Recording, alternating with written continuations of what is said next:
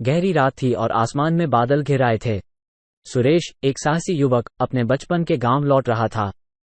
उसे जंगल के रास्ते से जाना था, जो छोटा और खतरनाक था। सुरेश ने अपनी बाइक का हैंडल कसकर पकड़ा और जंगल में प्रवेश किया।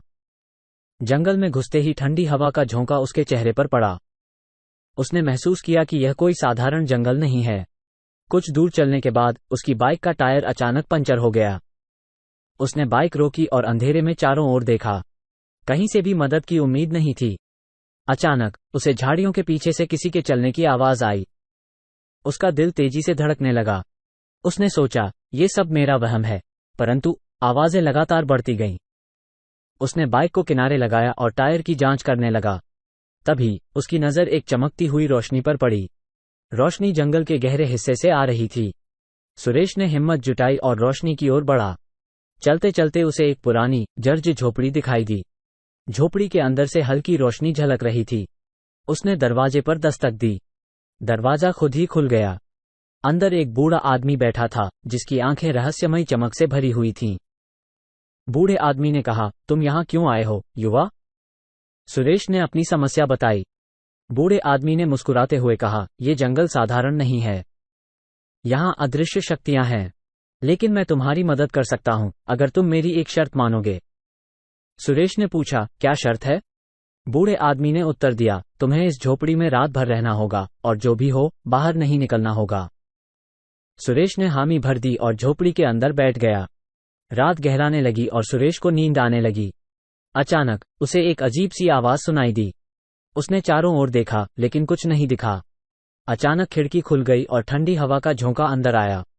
एक परछाई खिड़की से अंदर आई और सुरेश के पास आकर रुक गई। परछाई ने धीमी आवाज में कहा, मैं इस जंगल का रक्षक हूं। यहां आने वाले हर व्यक्ति को परीक्षा देनी होती है। सुरेश ने हिम्मत जुटाकर पूछा, क्या परीक्षा है? रक्षक ने कहा, तुम्हें इस झोपड़ी में छुपे 3 रहस्यों का पता लगाना होगा। अगर तुम सफल हुए तो तुम्हें यहां से जाने दिया जाएगा। सुरेश ने सिर हिलाया और पहले रहस्य की खोज में जुट गया। उसने झोपड़ी के हर कोने को ध्यान से देखा। तभी उसे एक पुरानी किताब मिली। किताब में एक पन्ना मोड़ा हुआ था। उसमें लिखा था, पहला रहस्य उस जगह छुपा है जहां अंधकार और प्रकाश मिलते हैं।